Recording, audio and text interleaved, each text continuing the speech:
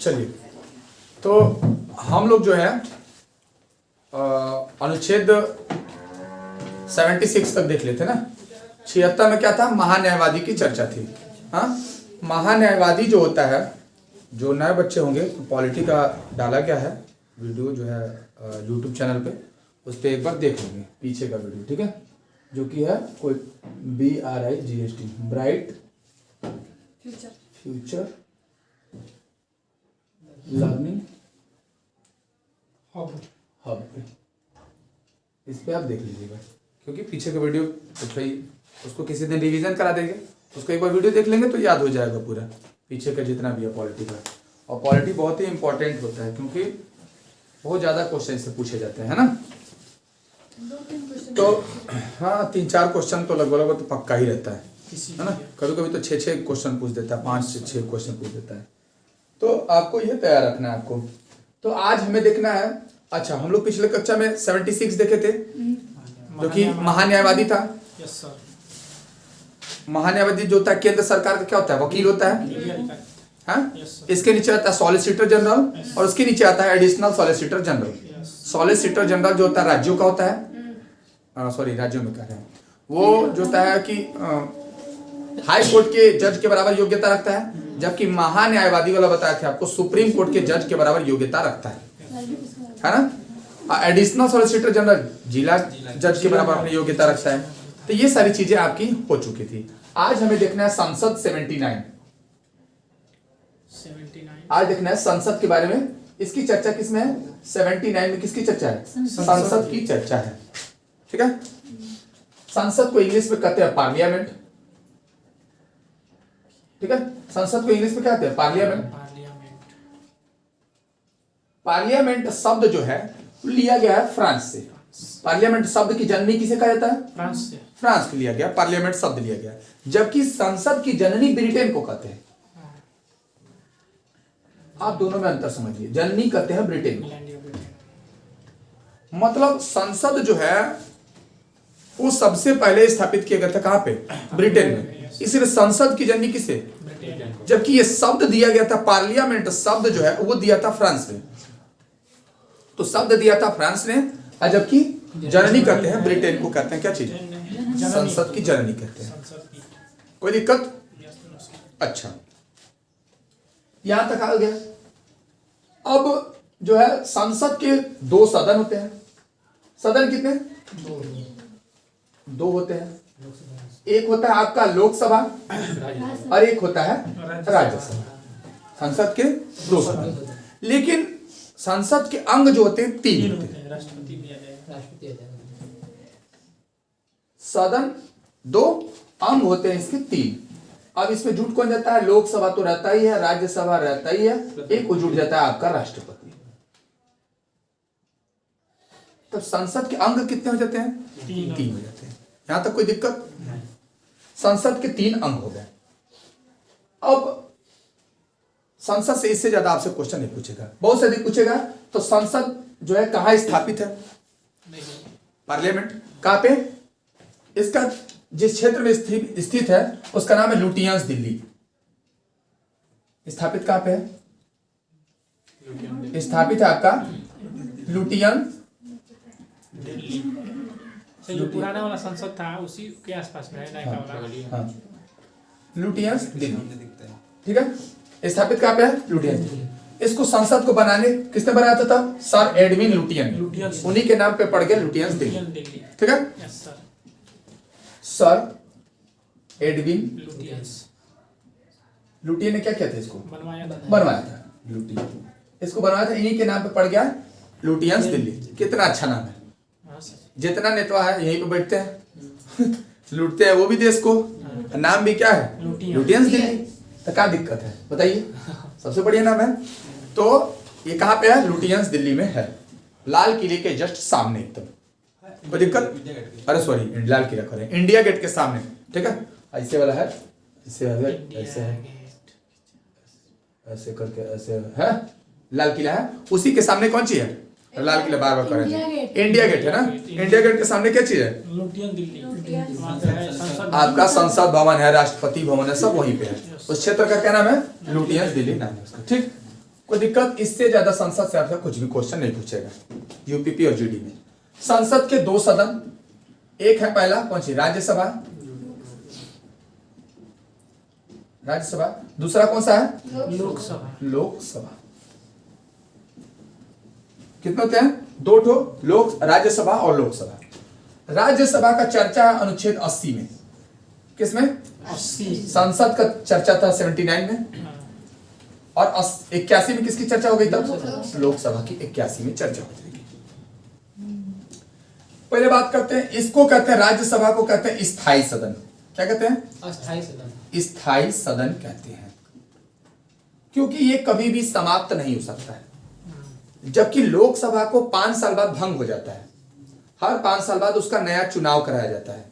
जैसे पिछले साल 2019 में चुनाव हुआ था, अब नया वाला 2024 में चुनाव हुआ। हर 5 साल पे क्या होता है?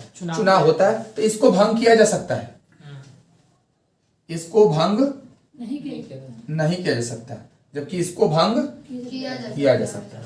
इसीलिए इसको बोलते हैं स्थायी सदन, और जब नहीं खत्म होगा तो इसलिए स्थायी है, स्थायी सदन। और जबकि ये क्या होता है? भंग हो जाता है, इसलिए इसको कहते हैं अस्थायी सदन कहते हैं। इसको क्या कहते हैं? अस्थायी सदन कहते हैं। कोई दिक्कत? अब चलते हैं अगली बारी। अब इसके सदस्यों की उम्र जो होती है, सदस्य होना चाहिए न्यूनतम उसकी उम्र 30 वर्ष होनी चाहिए। कितना वर्ष? 30 वर्ष। जबकि लोकसभा के सदस्य की उम्र न्यूनतम होनी चाहिए 25 वर्ष। कितना होना चाहिए? 25 वर्ष होने चाहिए। इसके सदस्य होते हैं, वो होते हैं पूरे अधिकतम जो हो सकते हैं, अधिकतम 552। कितना हो सकते हैं? 552। लेकिन वर्तमान में 543। चुनाव कितने पे होता है? चुनाव मतलब वर्तमान में कितने पे है? वर्तमान में चुनाव कितने पे होता है? 545 पर, जिसमें से लोकसभा का ना होता है उतना। अच्छा, राज्यसभा बता रहे क्या? राज्यसभा का 200 उल्टा लिखी थी ना, इधर लोकसभा, इधर राज्यसभा। राज्यसभा इसका अधिकतम सेट होते हैं 250 सदस्य। 250 होते हैं। अधिकतम कितने? 250। इसके अधिकतम होते हैं 250 सदस्य। ठीक, जबकि वर्तमान में कितने हैं? 245 पर क्या होते हैं? चुनाव होता है। इसमें से 245 में से 12 जो होते हैं वो मनोनीत होते हैं। क्या होते हैं? मनोनीत। ये किए जाते हैं राष्ट्रपति के द्वारा, मनोनीत किए जाते हैं। ये होता है कला के हो सकते हैं, साहित्य के हो सकते हैं, विज्ञान वर्ग से हो सकते हैं, संगीत वर्ग से हो सकते हैं, ये हो सकते हैं। हाँ, वही कला वर्ग में आ जाते हैं। ठीक है, शिक्षक के में आएगा, शिक्षक कला वर्ग में आ जाएगा। ठीक है, तो इसमें क्या आ जाएगा? 12 लोग क्या होते हैं? मनोनीत किए जा सकते हैं। साहित्य के क्षेत्र से आ सकते हैं शिक्षक, साहित्य से, जैसे वो थे, क्या नाम है कि जावेद अख्तर थे, राज्यसभा के सदस्य थे, तो वो कहां से हो सकते हैं? मनोनीत करते हैं कौन? राष्ट्रपति मनोनीत करते हैं 12 सदस्यों को। तो इसमें 12 माइनस करेंगे तो कितना हो जाएगा? 33। तब हो जाएगा कितना? 233। 233। चुनाव होता है, इस पे क्या होता है आपका? तब चुनाव होता है। चुनाव होता है। कोई दिक्कत? इसमें अधिकतम हो सकते हैं 250, लेकिन वर्तमान में होते कितने हैं? 245। अच्छा, एक चीज आपको और याद रखना है कि ये 2026 तक परिवर्तित नहीं किए सकते, अधिकतम 250 ही हो सकते हैं। 2026 के बाद संसद में कोई विधेयक लिया करके इसको परिवर्तित किया जा सकता है, जबकि 2026 से पहले इसमें परिवर्तन नहीं किया जा सकता। ये विधेयक पास हो चुका है। ठीक है, क्या पास हो चुका है? कि अधिकतम 250 सदस्य ही रहेंगे। ठीक है, और इसमें अगर परिवर्तन करना भी है तो कब करना होगा? 2026 के बाद करना होगा। कोई दिक्कत? इसमें सदस्यों की संख्या होती है अधिकतम 250, जबकि वर्तमान में 245 पे होती है। क्यों? क्योंकि 12 मनोनीत है, 12 मनोनीत है, चुनाव होता है 233। 5 गो हट गए।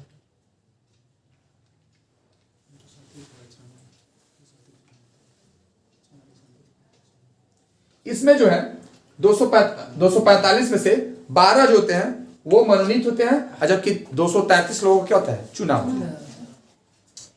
इसमें अधिकतम सदस्य हो सकते हैं, अधिकतम हो सकते हैं 552 हो, इसमें अधिकतम कितने 552, जबकि इन 552 से वर्तमान में 545 पे क्या होता है चुनाव होता है। इस 545 में से इसमें जो है 543 जो है वो क्या होता है, उसमें चुनाव होता है। 543 क्या होता है, ये चुनाव होता है। और जबकि अब इसमें माइनस कर देंगे 543 तो बचेगा 2। इन 2 सदस्यों को क्या होता है, मनोनीत किया जाता है। किसके द्वारा, राष्ट्रपति के द्वारा क्या किया जाता है, मनोनीत किया जा सकता है। इसमें 250, इसमें 552 निर्वाचन होता है 245, इसमें निर्वाचन होता है 550 पे, अरे सॉरी 545 पे।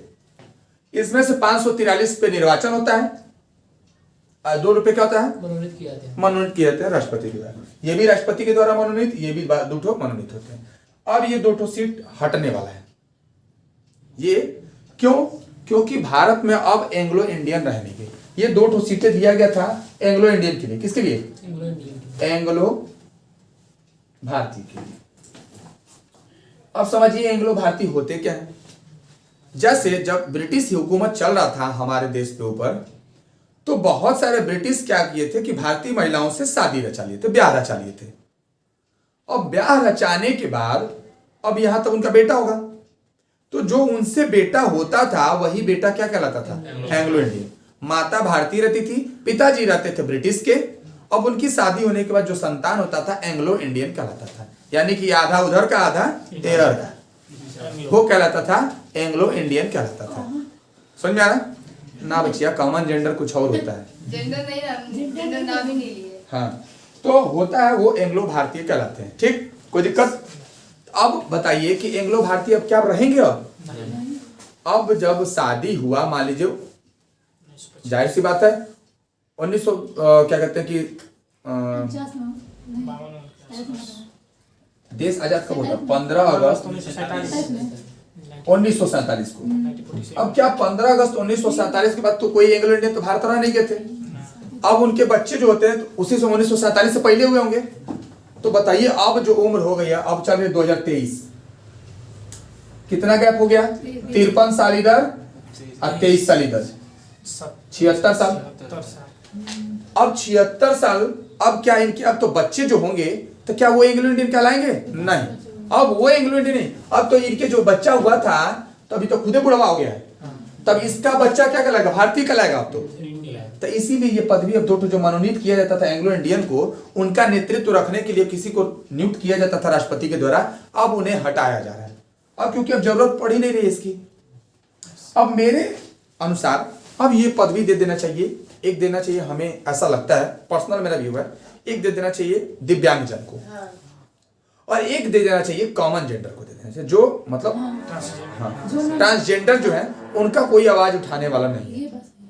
तो मेरे ख्याल से अपना अपना ओपिनियन हो सकता है, मेरे ख्याल से ये 2 लोगों को एक देना चाहिए। एक नेतृत्व रखने वाला दिव्यांगजन का, किसी का पैर नहीं होता, किसी का हाथ नहीं होता है, तो दिव्यांगजन का नेतृत्व रखने वाला को रख देना चाहिए 2।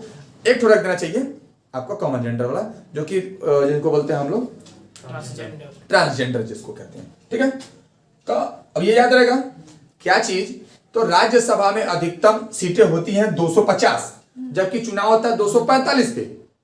अब गया कहां 5, पीओके क्षेत्र जो था वो चला गया किसमें, पीओके वाले में। तो वर्तमान में वो किसके कब्जे में, पाकिस्तान के। जबकि जब भारत का विभाजन होता वो किसके में था, भारत में। और जब लड़ाई हुआ था तो पाकिस्तान ने उस पर क्या कर लिया, कब्जा कर लिया है, तो वर्तमान में पीओके पे है। लेकिन वो समय दूर नहीं है, जल्दी ही क्या हो जाएगा, पीओके अपना देश हो जाएगा। बस एक दिन खाली इशारा करने की देरी है भारतीय सेना को, बस काम खत्म। ठीक है, तो अब क्या है कि 12 मनोनीत किए जाते हैं, 233 क्या होते हैं, इस पे चुनाव किए जाते हैं। जबकि लोकसभा में अधिकतम हो सकते हैं 552, लेकिन चुनाव होता है 545 पे। इन 545 में से 543 पे चुनाव होता है और 2 मनोनीत किए जाते हैं किसके द्वारा, राष्ट्रपति के द्वारा। कोई दिक्कत, वर्तमान में सीट दोनों खाली होगी ना। हाँ, अब वर्तमान में दोनों सीटें, इसीलिए तो हटाया जा रहा है इसको। अब इसके जगह पे किसी और को देना पड़ेगा, या हो सकता है 545 पे चुनाव कराया जाए। जी आप बताएं कि 2026 तक ये सीटें ऐसे ही रहेंगी, तो अगर पूछ देगा, इसीलिए तो यथावत है, 2026 के बाद परिवर्तित होगा जो भी होगा। प्रश्न पूछेगा कि लोकसभा में कितनी सीटें हैं, तो क्या बताएंगे, 500। अगर पूछता है अधिकतम, तो अधिकतम शब्द लिखा रहेगा तो 552। अच्छा, लेकिन निर्वाचन कितने पे होता है तो आप बताएंगे 545।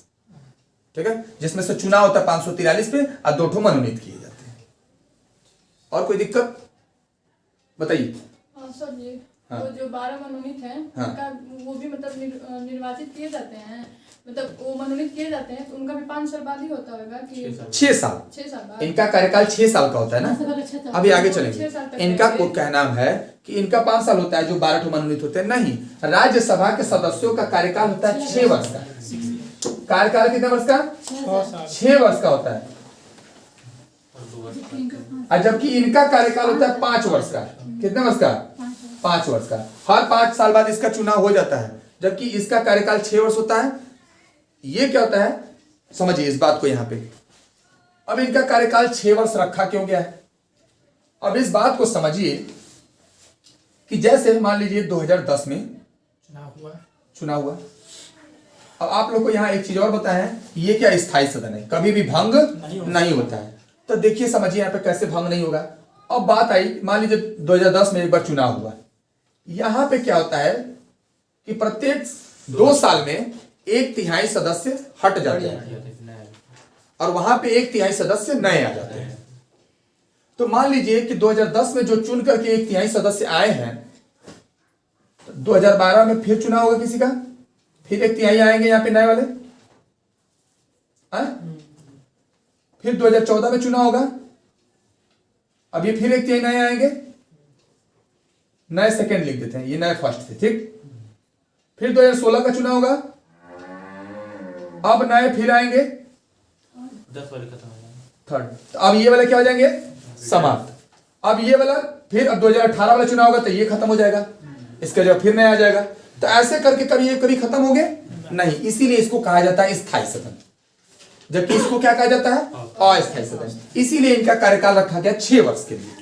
कितने वर्ष के लिए कि प्रत्येक 2 वर्ष पे क्या होते हैं, 1/3 सदस्य इसके हट जाते हैं, उनका कार्यकाल समाप्त हो जाता है और 1/3 सदस्य नए आ जाते हैं। तो 1/3 1 साल 2 साल, फिर 1/3 2 साल, 1/3 6 साल हो गया। 2 साल ले जा, 2 साल ले जा, 2 साल ले जा, 6 साल हो गया। 1/3 में देखिए इनका कार्यकाल खत्म। 3 एलसीएम 1 + 1 + 1 बराबर 3/3 बराबर हो गया 1 कार्यकाल खत्म। ठीक है। इसीलिए हर 2 साल पे 1/3 सदस्य क्या हो जाते हैं, कार्यकाल उनका खत्म हो जाता है, उनके जगह पे 1/3 नए आ जाते हैं।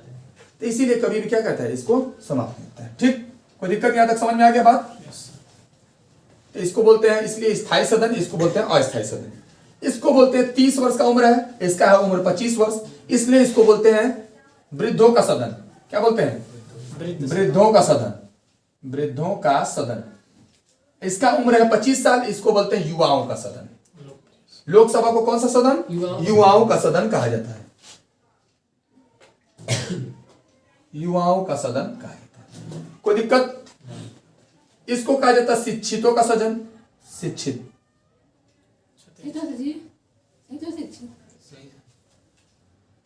इसको कहा जाता है शिक्षितों का सदन, उसको छोड़िए, पूछता नहीं है। आपको याद रखना है वृद्धों का सदन ये होता है युवाओं का सदन, इसकी उम्र 30 साल, इसकी उम्र 25 साल। किसी प्रकार का दिक्कत बताइए सर। उसमें जाने के लिए योग्यता होना चाहिए, शिक्षित होना चाहिए क्या? राज्यसभा में जाने के लिए शिक्षित होना जरूरी है? नहीं, इसको बोला जाता है शिक्षितों का सदन क्योंकि उम्र इसका 30 साल का होता है। आज 25 साल का नया नया अभी खून जोश रहता है, इसलिए इसको बोला जाता है, ऐसे करके बोला जाता है। ठीक है, कोई दिक्कत बताइए। अच्छा, एक चीज और, इसको बोलते हैं हम उच्च सदन भी बोलते हैं। राज्यसभा को बोलते हैं उच्च सदन बोलते हैं इसको। राज्यसभा इधर लिखे ना, उच्च सदन इसको बोलते हैं। जबकि लोकसभा को क्या कहा जाता है, निम्न सदन कहा जाता है, निम्न सदन का। कोई दिक्कत यहां तक याद रहेगा? इसको बोलते हैं उच्च सदन, इसको बोलते हैं निम्न सदन, हम लोग बोलते हैं। कोई दिक्कत? लोकसभा राज्यसभा, संसद की चर्चा थी 79 में, जबकि राज्यसभा की चर्चा थी 80 में और लोकसभा की चर्चा थी 81 में। राज्यसभा कहते हैं स्थायी सदन, इसको बोलते हैं अस्थायी सदन। इसको बोलते हैं शिक्षितों का सदन, इसको बोलते हैं अशिक्षितों का सदन। इसको बोलते हैं वृद्धों का सदन, इसको बोलते हैं युवाओं का सदन। इसका उम्र 30 साल, इसका उम्र 25 साल। इसको बोलते हैं उच्च सदन, इसको बोलते हैं निम्न सदन। ठीक है, कोई दिक्कत बताइए? इसके बाद इसको बोलते हैं, राज्यसभा को बोलते हैं प्रथम सदन। ये प्रथम सदन, प्रथम, अच्छा हिंदी में लिख देते हैं, प्रथम सदन। इसको बोलते हैं द्वितीय सदन। कोई दिक्कत बताइए? यहां तक हो गया, राज्यसभा और लोकसभा की चर्चा हो गया। किसी को डाउट है तो पूछ ले क्वेश्चन इसमें से, याद रहेगा? आगे बढ़े हम लोग, बताइए। इसको बोलते हैं स्थायी सदन, इसको बोलते हैं अस्थायी सदन। इसका कार्यकाल 6 साल, इसका कार्यकाल 5 साल। इसको भंग नहीं किया जा सकता, इसको भंग किया जा सकता है। इसको उच्च सदन, इसको निम्न सदन, इसको प्रथम सदन, इसको द्वितीय सदन, इसको स्थायी सदन, इसको अस्थायी सदन, इसको वृद्धों का सदन, इसको युवाओं का सदन। बताइए किसी प्रकार की दिक्कत? इनका चुनाव होता है हर 6 साल पे, मतलब 6 साल पे चुनाव नहीं होता, हर 2-2 साल पे होता है। लेकिन 1/3 सदस्य का कार्यकाल होता है 6 वर्ष का, इनका कार्यकाल होता है 5 वर्ष का। कोई दिक्कत? चलिए तब इनको आगे चलते हैं। लोकसभा राज्यसभा सब खत्म हो गए। अच्छा, एक चीज और बताना भूल गए।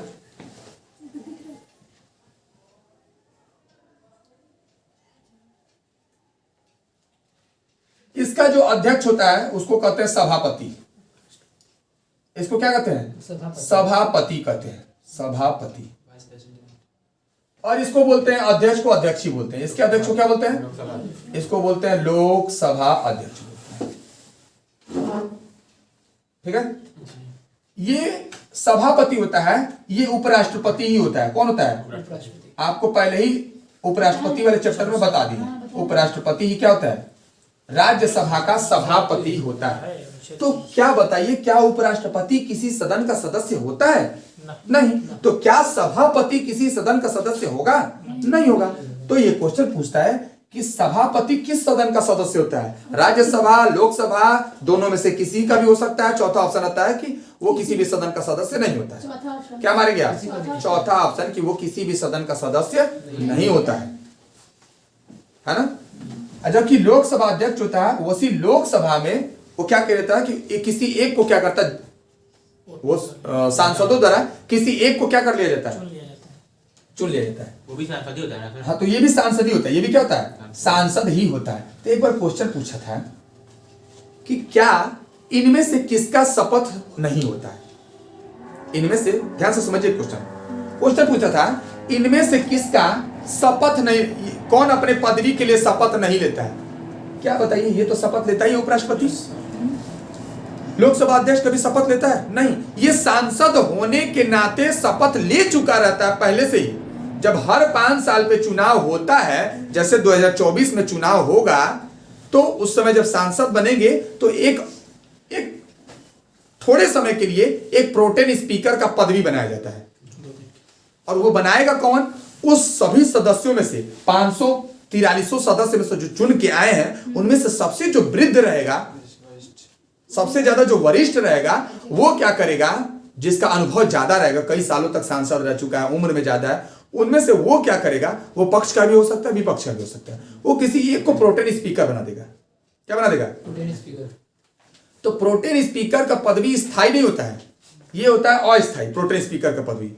अब प्रोटेन स्पीकर करता क्या है कि सभी सांसदों तो क्या करता है? शपथ दिलवाता है। इसका काम ये हो गया। और दूसरा काम होता है कि उसी लोकसभा में किसी एक को अध्यक्ष चुनवाएगा।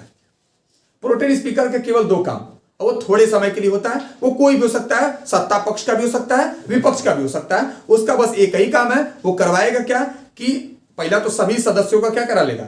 शपथ ग्रहण समाएगा। फलाना ने जो भी शपथ लेते हैं, मैं फलाना इस पद की शपथ लेता हूं, तो शपथ लेते हैं और मैं जीवन भर इस पदवी पर रह करके लूट पाट मचाता रहूंगा। ये सब अपना शपथ ले लेते हैं, अपना लूटे पाट मचाते हैं। लेकिन कुछ बढ़िया भी होते हैं, जैसे हमारे सड़क परिवहन मंत्री हैं नितिन गडकरी, गजब ईमानदार और गजब अच्छे इंसान। सोचे एक बार ससुरालों को तोड़वा दिए थे। वो ससुराल जिस रास्ते में पड़ रहा था, उस रास्ते से जाना था, रोड जाना था, ससुरालों तो उनके मेहरारू भड़क गई थी उनके, समझ रहे? तो इतने वो ईमानदार नेता हैं और बहुत अच्छे नेता है वो।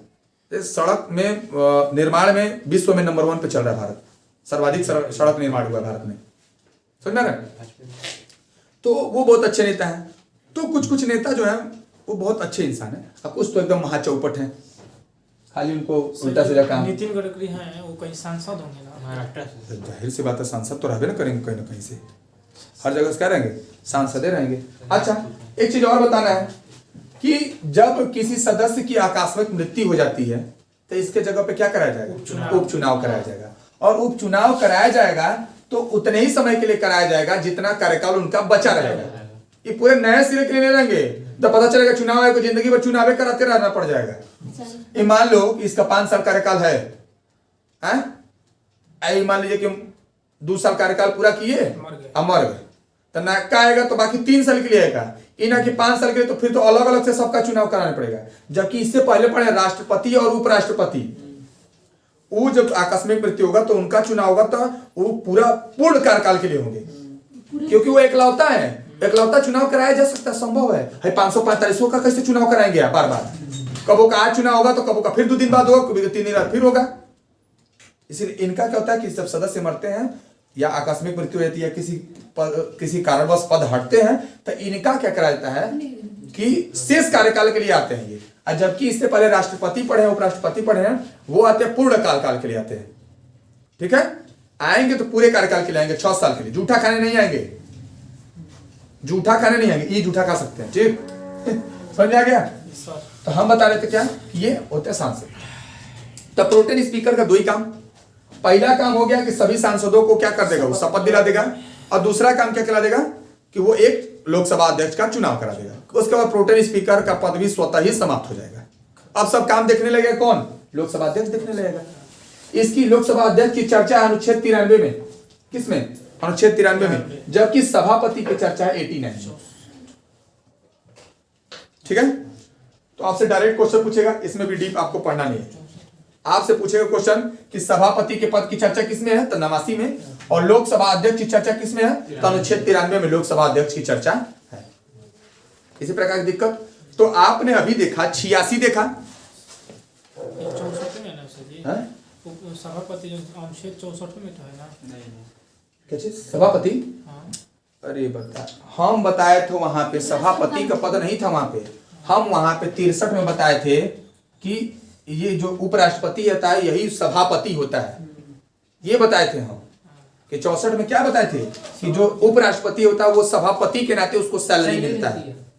किसके नाते? सभापति के नाते। उपराष्ट्रपति एक अवैतनिक है, वेतन उसका नहीं मिलता है, अवैतनिक पद है, जबकि उसको सैलरी मिलता है सभापति के नाते 4 लाख रुपया। खोला? अब 5 लाख रुपया किसको? राष्ट्रपति को। बुझे? चलो, तो ये सभापति के पद की चर्चा 89 में और 93 में किसकी चर्चा है? लोकसभा अध्यक्ष की चर्चा है। काम खत्म। अब इसको डिटेल देखना नहीं हमें, जनरल बैच में जानते हैं डिटेल पढ़ाते हैं, लेकिन इसमें डिटेल आपको देखना नहीं। तो आपने देख लिया 79, आपने देख लिया 80 राज्यसभा, 81 देख लिया लोकसभा। 81 के बाद आपने देख लिया 89, क्या चीज था? 89 में सभापति, 93 में लोकसभापति। अब एक आता है अनुच्छेद 86, अनुच्छेद 86। ठीक, किसकी चर्चा? 86 की। अब 86 में क्या है? राष्ट्रपति के अभिभाषण है। किसका? इसको मिटा दें, इसको काम खत्म। अब 86 में है अभिभाषण। किसका? राष्ट्रपति का। किसका भाई? तो राष्ट्रपति का अभिभाषण।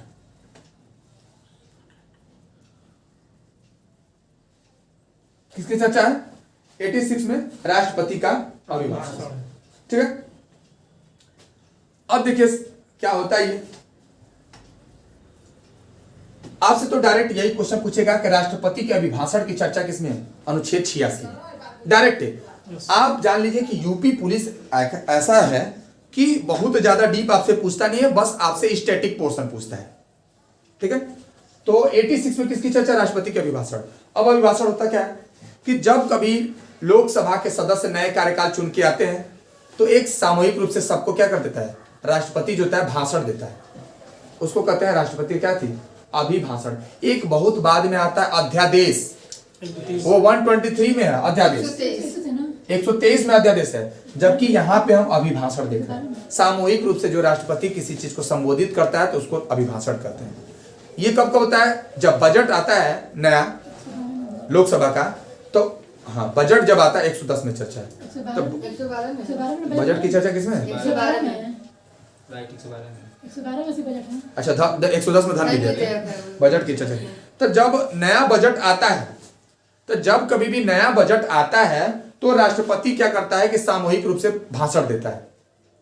और वहां भाषण सबसे ताज्जुब की बात यह है कि उस भाषण में राष्ट्रपति कहता है कि हमारी सरकार ने ये काम किए, हमारी सरकार ने ये काम किए, हमारी सरकार ने ये काम किए।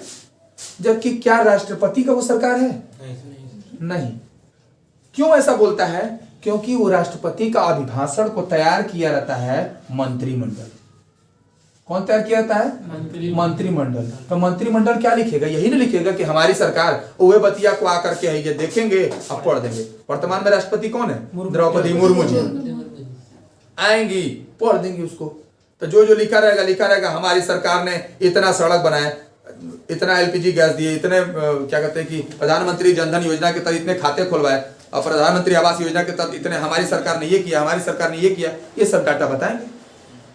इस बजट में ये करा, यहाँ पे इतना पुल निर्माण हुआ, इतना यहाँ पे बुलेट ट्रेन, यहाँ पे फलाना नहीं, जो भी है अपना अपना भाषण पढ़ देंगे और बार बार क्या कहेंगे? हमारी सरकार, हमारी सरकार, जबकि उनकी सरकार नहीं है। सही विपक्ष वाला जो है सरकार, उसका भी वही पड़ेगी ना। विपक्ष वाले का ये भैया विपक्ष का काहे लिए पढ़ेंगी? हमारी सरकार का। हाँ, तो हमारी सरकार का मतलब जो सरकार वर्तमान में रहेगा, सट्टा बच के रहेगा ना, जो भी रहेगा सत्ता पक्ष का ना रहेगा सरकार कि विपक्ष सरकार चलाएगा? वो तो हारा हुआ, वो कहां से चलाएगा? जैसे वो भी अपने अपने राज्य में कुछ काम किया रहेगा। हाँ, सांसद। हाँ। तो भैया गजब, जब भी आता है बजट आता है वो पूरे देश के लिए आता है, केवल एक क्षेत्र के लिए पार्टिकुलरली जहां से सांसद है। अब गाजीपुर के सांसद के लिए स्पेशली नहीं आता है वो, ठीक है? वो सांसदों का अलग कोटा होता है। वो समझ में आया बात? हाँ, चलिए। तब यहाँ पे राष्ट्रपति के अभिभाषण की चर्चा किसमें है? अनुच्छेद 86। अभी 89 देखी ले, सभापति की चर्चा। 93 में किसकी चर्चा है? लोकसभा अध्यक्ष। लोकसभा अध्यक्ष की चर्चा है। एक अनुच्छेद पूछता है आपसे 100, अनुच्छेद 100, इसमें चर्चा है गणपूर्ति की। किसकी? गणपूर्ति, जिसको कोरम कहते हैं। कोरम कहते हैं। ये होता है गणपूर्ति। क्या होता है कि जैसे कि मान लीजिए कि स्कूल चलता था जब, तो किसी दिन बहुत ज्यादा ठंड पड़ जाता था या बारिश वारिश हो जाता था, दूर के बच्चे नहीं आ पाते थे स्कूल, तो बहुत कम बच्चे रहते थे। तो प्रधानाचार्य देखते थे कि अरे यार कम बच्चे हैं, तो छुट्टी कर देते थे। तो वैसे ही क्या होता है कि संसद में भी जब सारे सदस्य नहीं उपस्थित हो पाते हैं, यानी कि 1/10 सदस्य, यानी कि 545 का 1/10 करेंगे तो यानी कि इसका आएगा 55 सदस्य, 54.5। यानी कि अगर 55 सदस्य से नीचे रहेंगे तब संसद की कार्यवाही नहीं चलती है। जब 55 से ऊपर रहते हैं तो संसद की कार्यवाही चलती है। बात समझ में आया? तो कोरम कितना होता है? 1/10 होता है। कई बार क्वेश्चन पूछा है, कोरम कितने होते हैं? 1/10 होता है। ठीक, पूरे सदस्य संख्या क्या होता है? 1/10। अब लोकसभा का 545 तो 545 का 1/10, और उसका होता है 245, 25 से कम रहेगा तो इसका क्या हो जाएगा? इसका हो जाएगा 1/10, यानी कि 25 से कम रहेगा तो नहीं चलेगा, 25 या 25 से अधिक रहेंगे तो चलेगा। कोई दिक्कत? बताइए। कोरम समझ में आ गया? इसकी चर्चा किसमें है? 100 का 1/10। ठीक, कोई दिक्कत? तो कोरम कितने होते हैं? 1/10 होते हैं। कोरम की चर्चा किसमें है? अनुच्छेद 100 में है। तो हमने अभी देखा 79 देखा, 79 देखा संसद की चर्चा थी, 80 में देखा राज्यसभा की चर्चा थी, 81 में देखा लोकसभा की चर्चा थी। अब उसके बाद हमने देखा 86 देखे अभिभाषण, क्या देखे? 86 देखे कि राष्ट्रपति का अभिभाषण चर्चा था, 89 देखे, 93 देखे। 89 में चर्चा था सभापति का और 93 में चर्चा था लोकसभा अध्यक्ष का, और अभी हम लोग देख लिए 100 गणपूर्ति देख लिए। कोई दिक्कत? बताइए।